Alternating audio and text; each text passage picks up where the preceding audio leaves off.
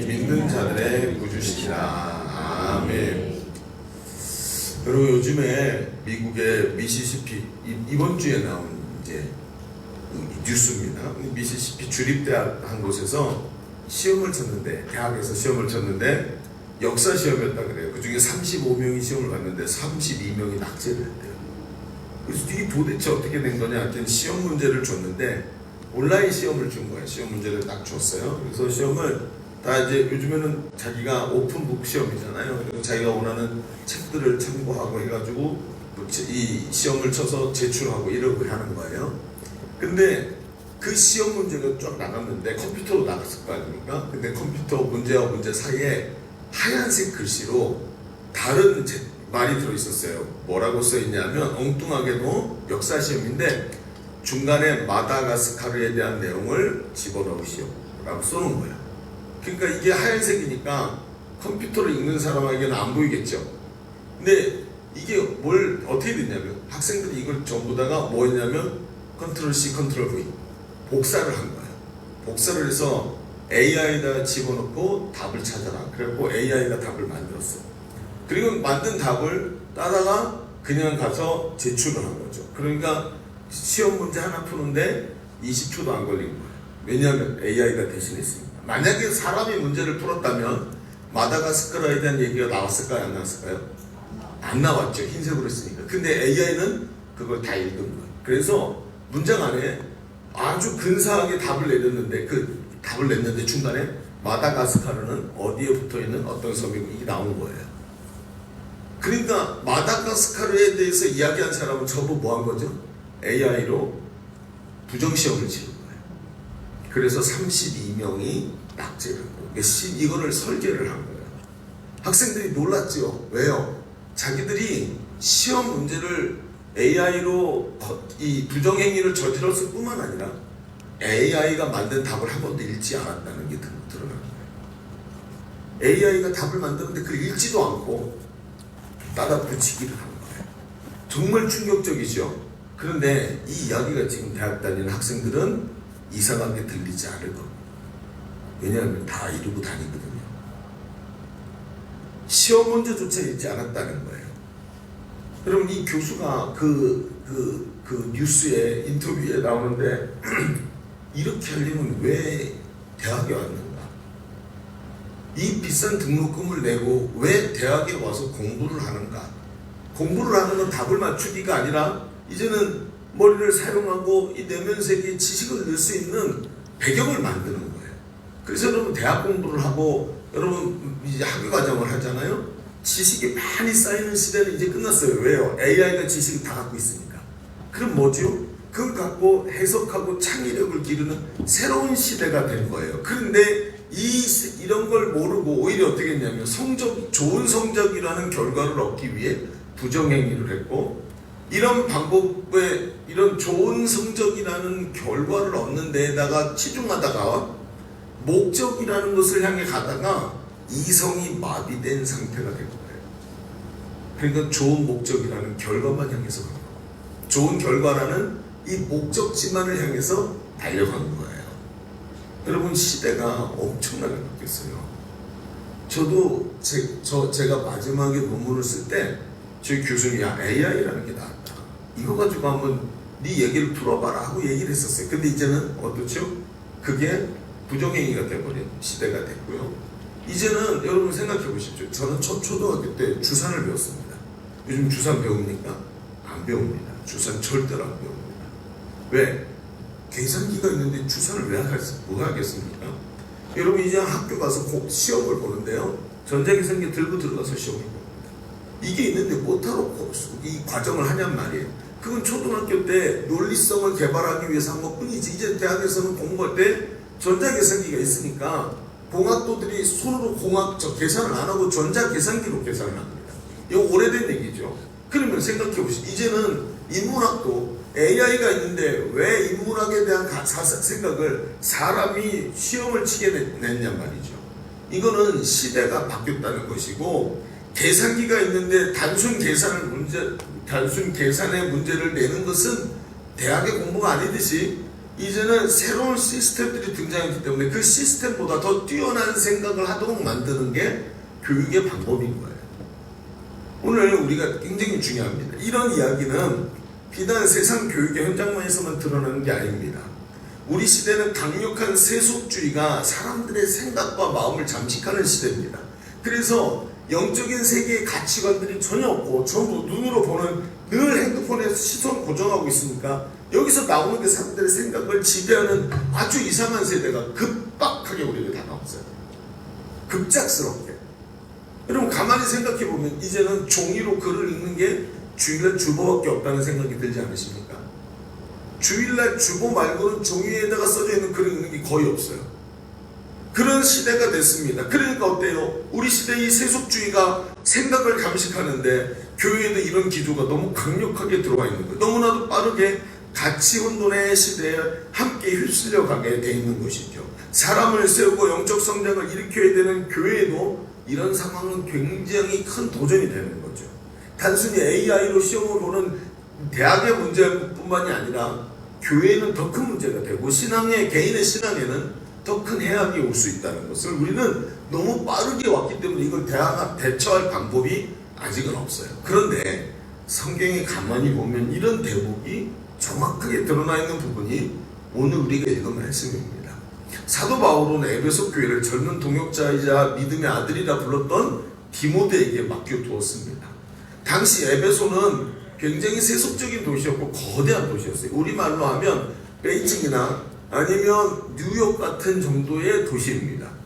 그런데 이렇게 큰 도시에 아주 강력한 세속주의가 흘렀는데 그 에베소에 교회를 세웠는데 영지주의라는 경향을 띤 거짓 교사들이 교회 안에 침투해서 교회의 성도들을 가치의 혼란 속에 빠뜨리는 거예요. 얼마나 빨리 들어왔는지 사람들이 이런저런 얘기를 하는데 이게 맞는 거야 라고 말할 정도로 굉장히 빠르게 대처할 수 없을 만큼 밀려 들어왔다는 거죠. 이들의 특징이 뭐냐면 영지주의가 지금도 초대교회 이단으로 아주 유명해서 신학교에 가면 영지주의에 대해서 배웁니다. 그런데 이게 중요한 게 왜 그러냐면 이들은 영혼이 중요하기 때문에 육체는 안 중요하다라는 이 이원론에 빠져 있는 사람들이었어요. 그래서 결혼을 금하고 육식이나 특정 음식을 먹지 않고 금욕을 한다든지 아니면 정반대로 영은 하나님 지식을 가지고 하나님을 아니까 영은 구원받지만 육체는 어떻게 살아도 괜찮아요. 세속으로 사는 거예요. 음란하고 쾌락을 추구하는 육신을 살고 머릿속에 영만 중요하니까 마음속에 영만 내 지식을 하나님에 대한 지식을 갖고 있고 하나님을 알면 땡 이렇게 생각을 합니다. 그러니까 극단적으로 간 거죠. 그러니 여러분 디모데가 나이가 젊고 비교적 성품이 온유한 목회자였는데 이 내부에 거친 이런 생각들이 들어오니까 여기 맞서는데 위기감과 위축을 당하고 있던 상황이었어요. 그러니까 사도 바울이 이런 위축 속에 있는 사회 현장을 돌보는 디모데에게 아주 중요한 메시지를 오늘 이 내용을 통해서 이제 디모데에게 주는데 앞에 생각을 해보니까 앞에 우리 시대 AI 시대에 엄청난 급변을 겪고 있는 우리들과 지금 에베소 교회를 목회하고 있는 디모데와 너무나 비슷한 상황에 놓여 있다는 것을 알게 됩니다. 오늘 이 주제는 오늘을 사는 우리에게 하나님이 주시는 아주 중요한 이야기가 될 것입니다. 오늘 말씀을 통해 혁명적인 변화가 일어나는 세상에서 영적 성장을 이루고 하나님 나라의 깊은 가치를 깨달아야 되는 우리가 어떻게 영적 성장의 딜레마를 넘어설 수 있을 것인가 하는 이야기들 좀 너무 넓어 보이지만 이 이야기가 아주 중요하다는 것을 깊이 바라보시면서 오늘 이야기를 좀 같이 펼쳐갔으면 좋겠습니다. 오늘 주보 3면을 펼쳐보시면 오늘 말씀의 제목은 성장하는 신앙의 딜레마 이렇게 정해놓고 두 가지를 볼게요. 뭐 아무것도 안 써져 있죠. 제가 사실은 어제 저녁 때 늦게 도착을 하니까 이걸 쓸 수 있는 시간이 없더라고요. 오늘 아침에 보니까 저보고 얼굴이 까매졌다 그러시더라고요. 감사합니다. 저도 얼굴이 까매지니까 더 건강해 보이신다. 좋습니다. 좀 더 작아 보이죠? 감사합니다. 자, 우리 첫 번째 이렇게 한번 써보시죠.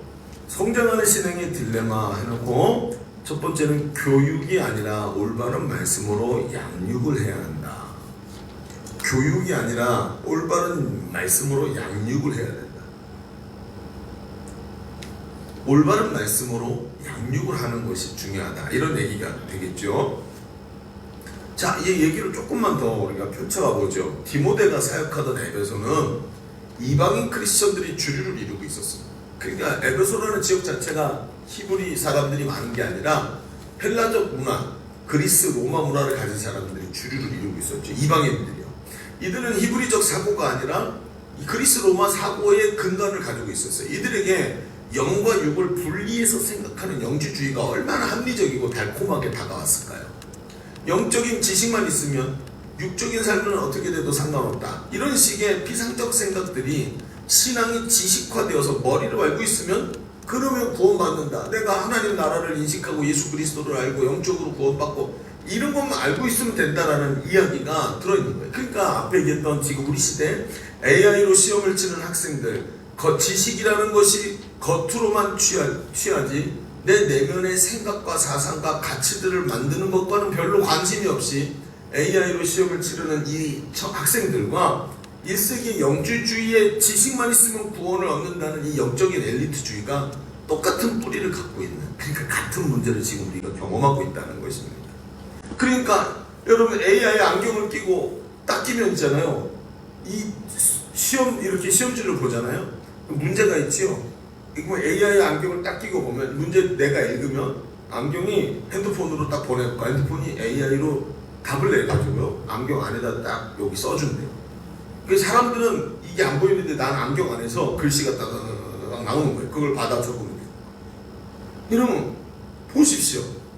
이런 생각을 갖고 있으니 영적 지식만 소유하면 삶은 어떻게 돼 살든 상관없다는 이게 이런 것과 본질이 똑같습니다. 둘 다 과정과 삶을 배제한 편법인 것이죠.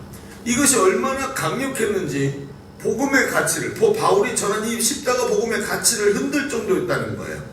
바울은 이것이 망령되고 허탄한 신화라고 딱 얘기를 합니다. 여러분 사람이 사상이 얼마나 중요한지 모릅니다. 우리가 갖고 있는 생각 말입니다. 여러분 합리주의 시대는 어땠죠? 여러분 우리가 알고 있는 이 신앙의 체계가 지금 우리가 알고 있는 체계로 만들어진 게 뭐냐면 종교개혁 시대입니다. 근데 종교개혁 시대가 어땠죠? 그때 바로 그 인쇄술이 발달하면서 책이 만들어지고 합리주의가 세상을 강력하게 사로잡았던 시대입니다. 그러니까 종교개혁 자체, 우리가 갖고 있는 신앙 자체가 굉장히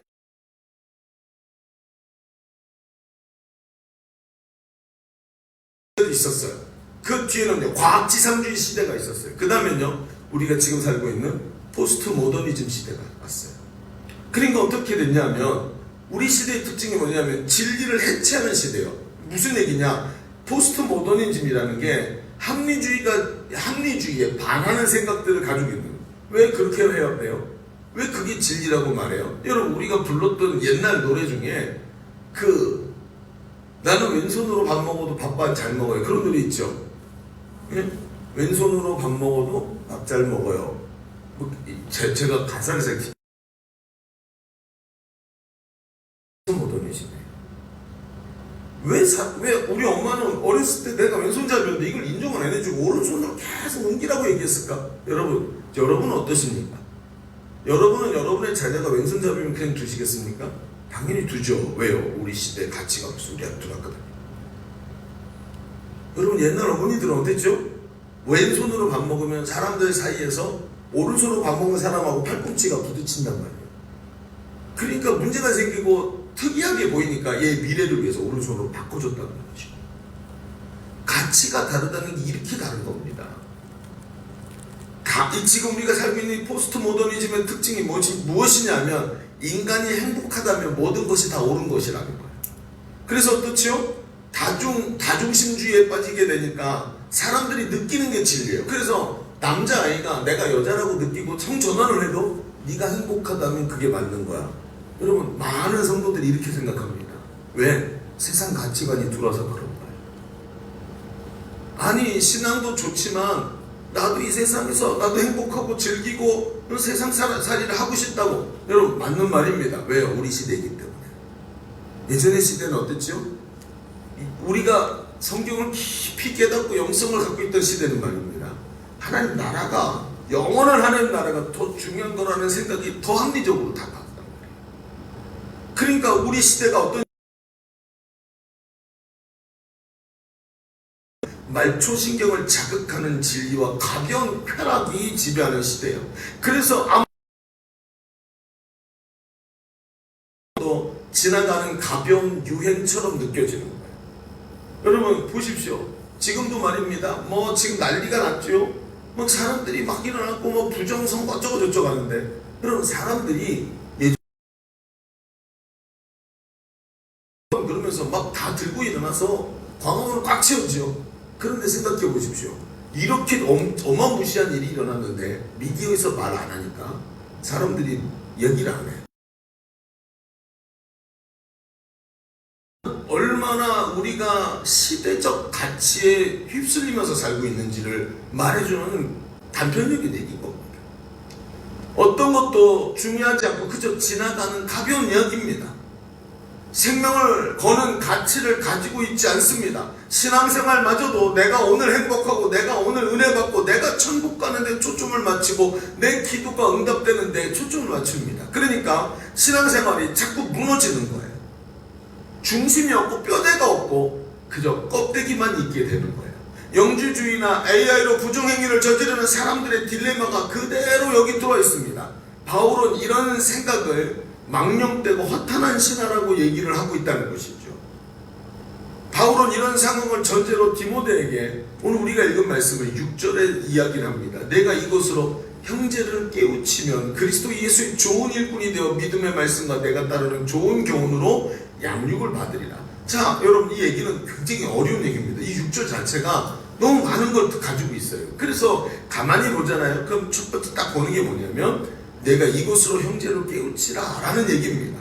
바울이 가르쳐준 복음으로 형제들을 이런 헛된 신화에서 나오게 만들어요.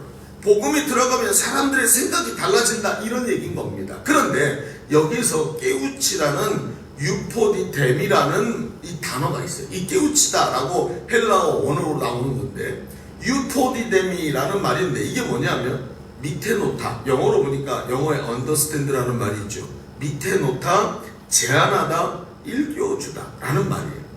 이게 무슨 뜻입니까? 부드럽고 배려있게 가르치는 것을 말합니다. 지속적으로 부드럽게 해야 된다는 것입니다. 이것은 너 이렇게 해 라고 무격다짐으로 하는 게 아니라 본을 보여서 그 사람이 스스로 깨닫게 하는 멘토링, 즉 부모가 어린 자식을 양육할 때 그 아이를 부드럽게 어루만지면서 아이에게 가르쳐주는 것처럼 지속적으로 가르치는 것을 뭐라고 얘기했냐면 오늘 말씀에 형제를 깨우치다 라는 말로 이야기를 하고 있는 거예요. 여러분 가르침에 대해서 말할 때 우리가 갖고 있는 가르침에 대해서 한 3가지 정도 우리가 이 구분을 해서 말할 수 있습니다. 첫 번째는 뭐냐면 사육입니다. 이 사육이 뭐냐면 통제하고 길들이는 거예요. 어떤 결과를 위해서 결과와 목적을 가지기 위한 수단이 뭐냐면 사육이에요. 앞에 얘기했던 AI로 시험을 치르는 것, 이런 게 사육, 통제하고 길들이는 겁니다. 두 번째는 교육입니다. 교육이 뭐냐면 지식과 정보를 머릿속에 넣어주는 겁니다. 그러니까 이게 AI가 제일 잘하는 영역이죠. 지식과 정보를 주는 게 교육입니다. 요즘에는 지식과 정보가 넘쳐나죠. 그러면 요즘에 신학교에서 문제가 뭔지 아십니까?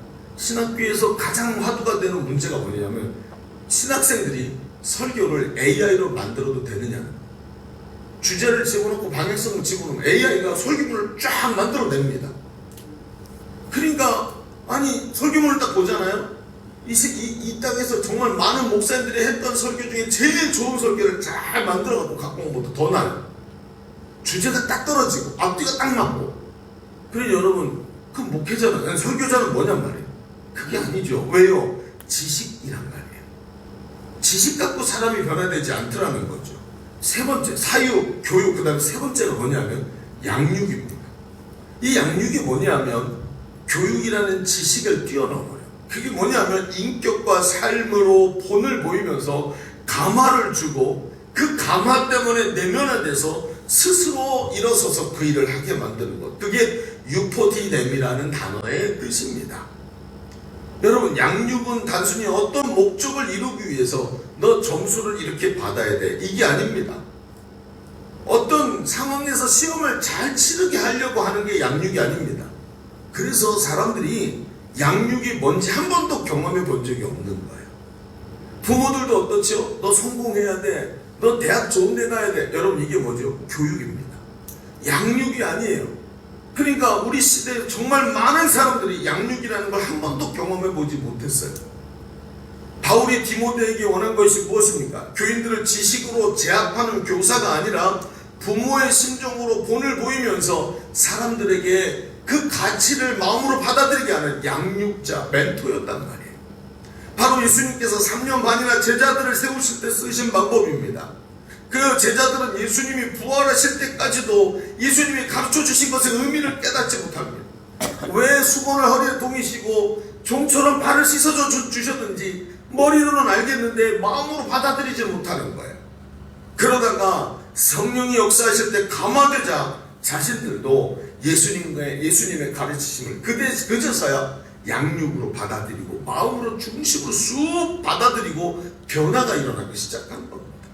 도저히 이해할 수 없었던 예수님의 가르침이 성령이 도우시니까 그들의 뼛속에 각인이 되어서 그 이미 들어와 있던 예수님이 가르치셨던 그 양육이 드러나기 시작하고 자신들도 한 영혼을 위해서 생명을 걸고 십자가를 지면서 주님을 따르는 사람들로 변화되기 시작하더라고요. 여러분 있겠습니까? 아닙니다. 뛰어난 영상자료로 사람들의 마음을 이렇게 변화시킬 수 있을까요? 아닙니다.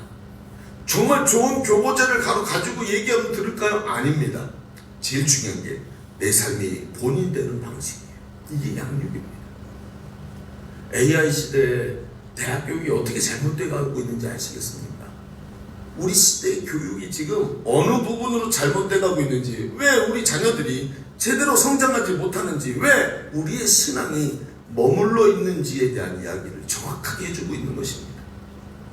과학이 발달하고 지식이 많아지고 문화가 발달하는데 사람들은 왜 점점 한쪽으로 치우치고 외골수가 되고 영적으로 점점 우매해지는 것일까요? 왜 이 나라의 교권이 점점 무너지고 시대의 본을 받을 만한 위대한 선생이라고 말하는 사람이 점점 없어지는 이유가 무엇일까요? 왜 교회에 그리스도의 제자가 나오지 만 받기를 원하는 깍쟁이 뚝순이 같은 신앙인들이 왜 자꾸 많아지는 걸까요? 우리 시대에 바로 이런 양육이 사라졌기 때문입니다. 그렇습니다. 아비의 마음을 품고 끝까지 본을 보이는 양육자가 필요한 겁니다. 사도 바울은 분명히 많지 아니하니 그리스도 예수 안에서 내가 복음으로서 너희를 낳았습니다. 가르치는 일만 스승이 아니라 아비의 마음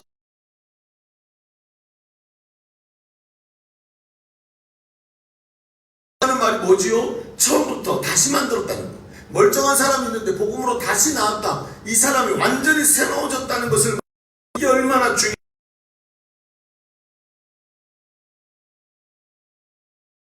그래서 예수님이 변함없이 제자들을 섬기셨던 것을 제자들이 보면서 이렇게 지극히 작은 어린아이 같지 않냐면 천국에서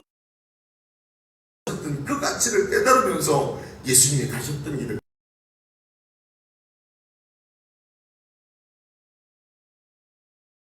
정말 모두 13명이 은혜 받고 도전 받고 작년 성도들까지 선교사로 헌신하는 시간이었어요. 작년들이 선교 헌신하고 쓰임 받기를 간구하는 그 모습이 참 충격적으로 마음의 도전으로 다가왔어요. 선교사를 파송했습니다. 코로나 때도 여러분 다른 선교단체가 다 선교사 다 들어오게 만들고 그럴 때 우리 코로나 때 온라인 선교사를 파송했어요.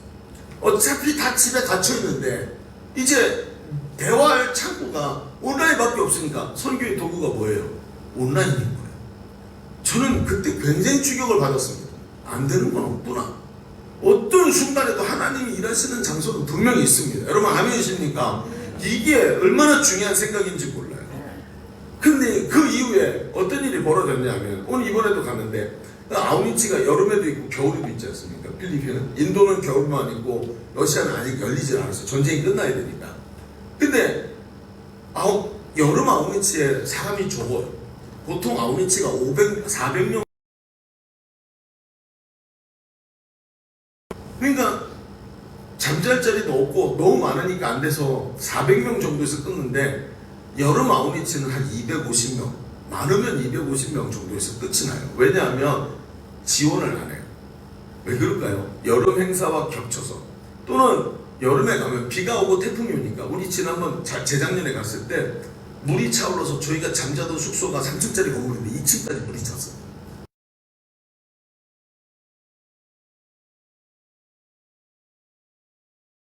강물이 들어오고 들어온 거예요. 그래서 하루 종일 이 일정을 치르지 못하고 막 기도하니까 태풍이 물러가 버리더니 물이 쫙 빠지기 시작하는 기적을 봤죠 그때. 그리고 나서 아무 일도 없었다는 돼갖고 아웃리치를 무사히 마치는 거예요. 근데 그 사건 이후에 교회들이 여름 아웃리치를 잘 참석을 안 해요. 우리 겨울만 갑니다. 왜? 나한테 손해거든요. 애들 데려갔는데, 청년들, 청소년들 데려갔는데 비 와가지고 하지도 못하고 앉아고 막 기도만 하고 이렇게 하니까 우리는 겨울에 가면 이런 게 없잖아요. 그러니까 안정적인 겨울에 가겠다는 거예요. 그러니까 겨울에 꽉 차고 여름엔 비 와요. 여러분, 그런데 우린 보십시오.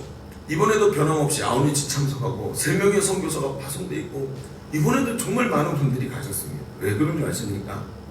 제가 이런 생각이 들어요. 지난 여름에, 작년 여름에 이맘때 집주문연을 앞두고 기도 제목,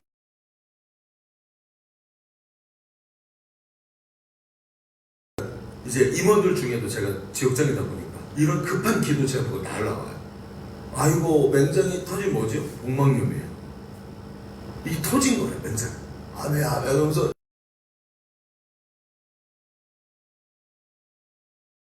아프다고 가면 안 되겠지 하고 앉아있다가 이게 맹장인지 모르고 있다 터진 거예요. 난리가 났죠. 수술을 해야 되는데 수술을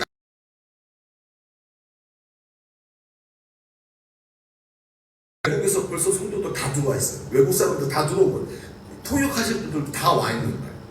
근데 이분이 어떻게 하셨냐면, 아니 의사도 이게 취소하지 않으면 큰일 납니다. 근데 어떻게 했냐면 하루를 뒤로 미뤘어요. 그리고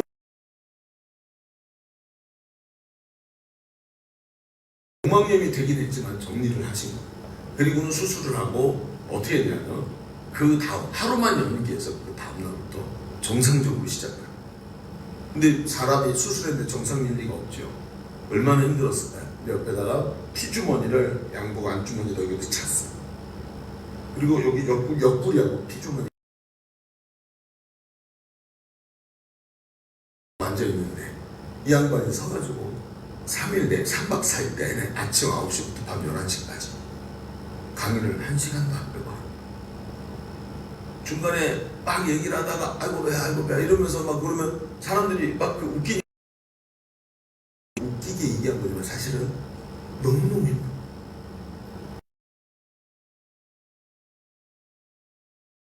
하는 거예요. 아니 어떻게 저럴 수가 있을까?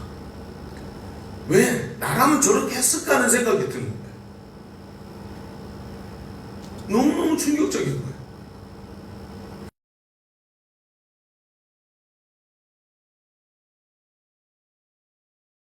부상이 입어가지고 아직도 회복이 안 돼서 이전처럼 활동이 그렇게 안 되시는 게 이번에도 보였어요. 제 눈에는.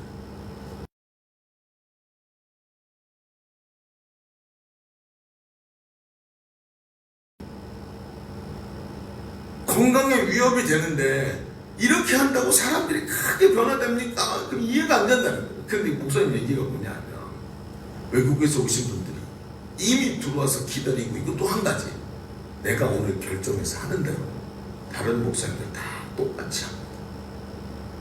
똑같이. 그리고는 그게 지나갔어요. 도대체 뭐가 바뀌었을까요? 갑자기 사람들이 변화됐을까요? 아닙니다. 어떤 게 변화됐는지 저는 모르겠습니다. 그런 게 있잖아요. 시간이 갈수록 제 머릿속에 그 강단 위에 서 있던 스승의 모습이 떠나요.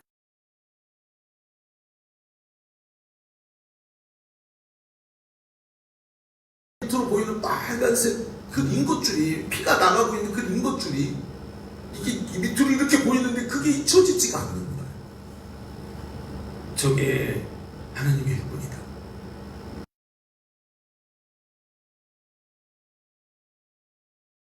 목사님을 보면서 훈련을 받고 있는데 내가 여기서 무너지면 사람들이 다 나를 따라합니다. 죽어도 여기서 죽어야 다음 세대가 하나님께 사명 감당하는 게 뭔지를 알게 됩니다 라는 이 말이 제 머릿속에서 떠나지를 않는 거예요. 점점 커지는 거예요. 더 강렬해지는 거예요. 저분 안에는 예수님이 어떻게 계시길래 저렇게 하실까? 도대체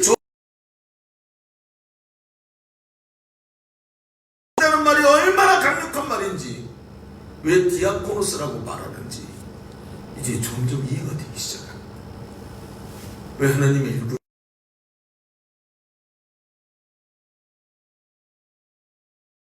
내가 조금 믿음이 좋으니까가 아니라 자기 생명도 하나님 앞에 드릴 수 있는 디아코노스, 이게 뭔지 점점 이해가 되는 거예요. 그게 뭘로 배웠지요? 저희 어머니가 누가 가르쳐주면 이렇게 바뀔까요? 사육이 아니고 교육이 아니고 양육으로 제 마음속에 들어온 겁니다. 이걸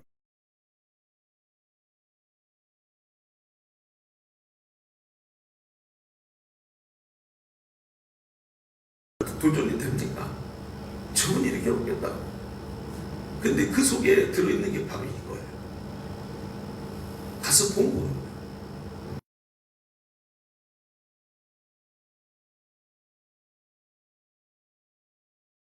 보면서 양육이 되는 거예요. 그래서 이렇게 변화가 일어나는 겁니다. 여러분, 우리 시대가 어떻게 가야 되는지 아시겠습니까?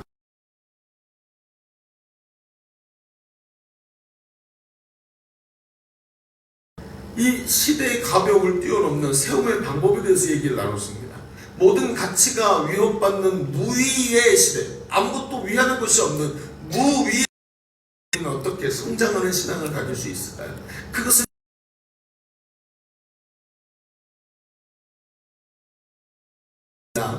양육이 필요하다는 거예요. 본을 보여 스스로 깨닫게 하는 부모가 어린 자식을 양육하는 방식으로 보여주고 따라하게 만들 때 그 가치가 마음속에 들어가는 거예요. 여러분, 우리 시대는 바로 이 양육을 할 수 있는 영적인 아비가 필요합니다. 여러분, 아멘이십니까? 하나님이 우리를 누구로 불렀습니까? 바로 이 영적인 아비가 되라고 여러분을 부르신 거예요. 자, 그런데 여러분 생각해보세요. 이렇게 가치를 가르치고 세워도 우리에게 다가오는 세상 가치가 너무 강력해요. 훈련을 받을 때는 엄청난 변화, 충격을 받습니다. 그런데 실제로 삶의 현장을 보면 이 제자 훈련이라는 게 진짜 되는 건가? 이런 생각이 들어요. 여러분, 우리 조금 전에 박영수 집사님 그 칭찬했는데 니네 거꾸로 떨어뜨려야 됩니다. 그럼 생각해 봅시다. 이 감격이 얼마나 갈까요? 이건 단순히 오늘 간증하신 집사님만 얘기가 아닙니다. 삶이 바쁘잖아요. 삶의 현장에서 막 치열하게 하다 보면 이게 얼마나 지속이 될 수 있을까? 여러분, 이게 딜레마입니다. 이게 딜레마예요. 그러니까 양육해야 되고 변화돼야 되는 거 아는데 이 시간이 지나면 나 흐지부지 되잖아요. 영적 성장이라는 게 그 쉬운 게 아니야. 다 그때뿐이지. 나는 딜레마가 있죠. 여러분, 그렇습니다. 예수를 믿었지만 세상 가치가 너무 강해요. 육신의 정욕, 안목의 정욕, 이생의 자랑의 사람들의 마음을 꽉 채워요. 이 가치로 보면 세상이 너무 커 보여서 하나님 나라 가치나 제자 비전 이런 게 하찮게 보이는 거예요. 이게 우리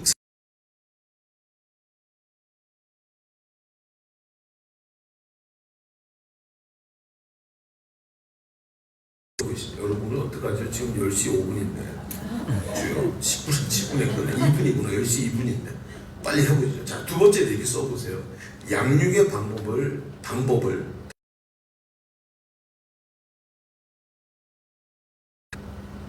양육의 방법을 다시 점검해 봐야 됩니다.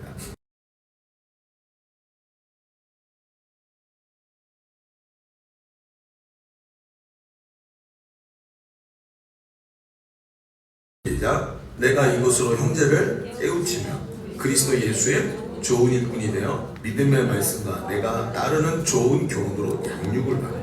자, 이 말의 뜻이 뭐냐면 이렇게 깨우치면, 그러니까 내가 이것으로 형제를 깨우쳐라 이런 뜻이죠. 근데 그 뒤에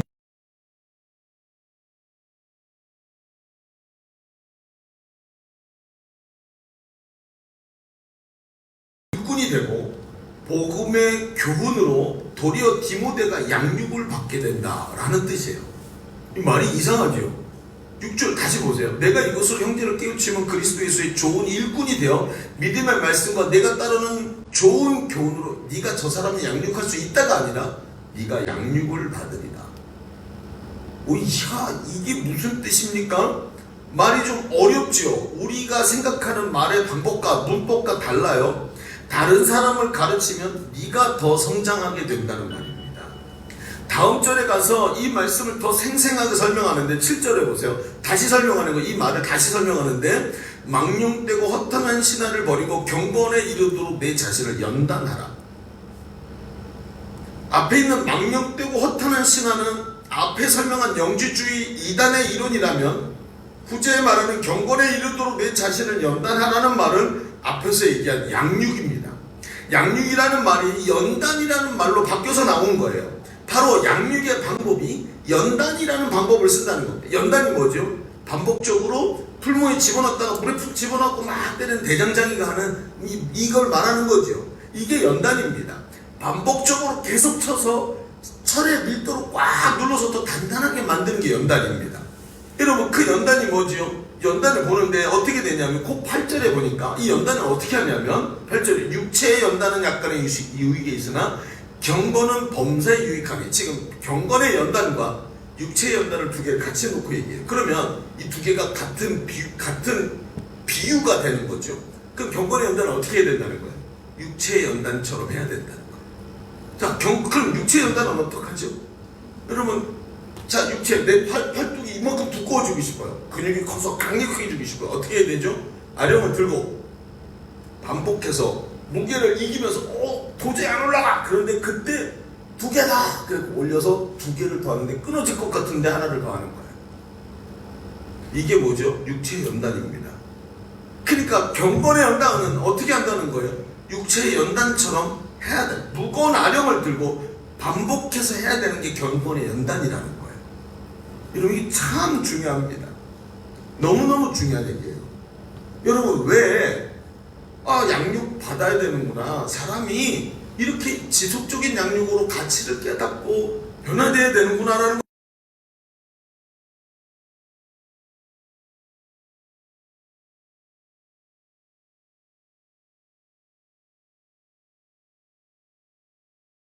남성 사역자가 한 사람, 이 사람 얼굴을 알아요. 왜냐하면 너무 사역을 잘해가지고 간증자로 한번 나온 적이 있었어요. 근데 이분이 누구냐면 그 공동체의 슈퍼바이저, 그러니까 우리말로 하면 슈퍼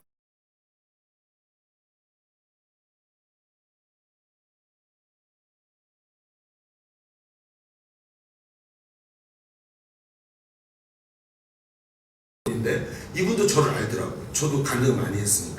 그 얘기가 너무 재밌게 얘기가 됐는데 제가 얘기하다가 말했어요. 이분이 정말 호감 있는 분이더라고요. 그런데 목사님, 집사님, 제가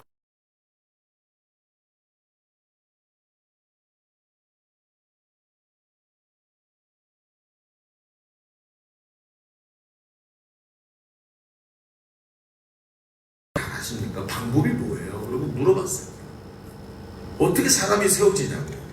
제가 물어본 거예요. 제가 제일 듣기 싫어하는 질문을 제가 한 거죠. 그랬더니 그 집사님이 잠깐 생각하다가 단호하게더라고요. 목사님, 그건 가치관의 변화에서 나오는 것 같아요.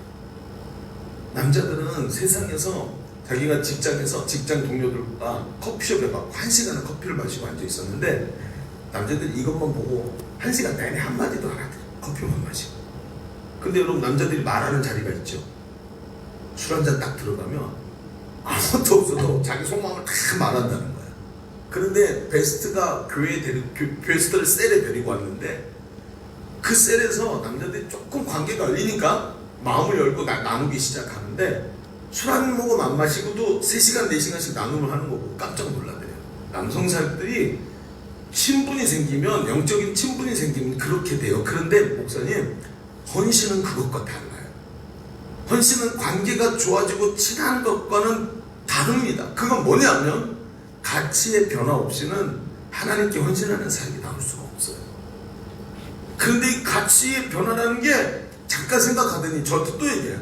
목사님, 이 가치의 변화라는 게 훈련을 반복적으로 받을 때 일어나더라고요. 그 제가 도전감이 확 오는 거예요. 그게 되나요? 저희 교회도 훈련 많이 받으신 분들이 있어요. 한 3번쯤 받으면, 여러분 훈련 한 번 받을 때 2년 걸리죠.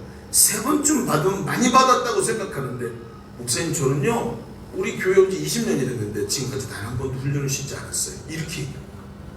왜요? 왜 어떻게 그렇게 됐더니, 목사님 치석 있잖아요. 사람의 입에 치석이 끼잖아요. 1년에 한 번씩 정부에서 스케일링 하라고 돈을 내줘요. 왜 치석을 1년에 한 번씩 하라고 할까요? 치석이 아무리 이빨을 닦아도 끼기 때문입니다. 매 주기적으로 치석을 제거하듯이 세상 가치라는 게 얼마나 강력한지, 아무리 신앙생활 열심히 해도 우리가 세상에 몸담고 살고 있기 때문에 세상 가치가 치석 끼듯이 껴요.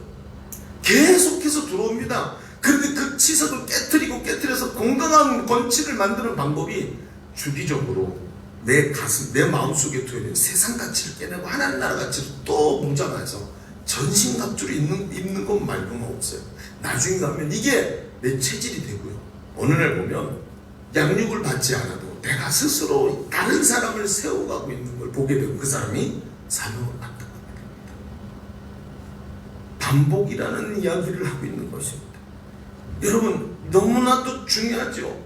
사람이 훈련받고 나면 끝나는 것이 아니라 또 예전으로 돌아간다는 거죠. 또 치석이 생긴다는 겁니다. 그런데 이렇게 훈련받으면 심령이 더 강해지고 또 변화가 일어나는데, 이렇게 반복적으로 세워진 사람들이 점점 많아지고, 그 많아진 사람들이 믿음의 삼겹줄을 세우다 보니까 나는 연약한데 저 사람이 더 강력하게 세워가고, 저 사람이 연약할 때 내가 더 강력하게 세워가고 하면서 함께 지어져 가니까 더 큰 역사가 일어나더라는 거예요.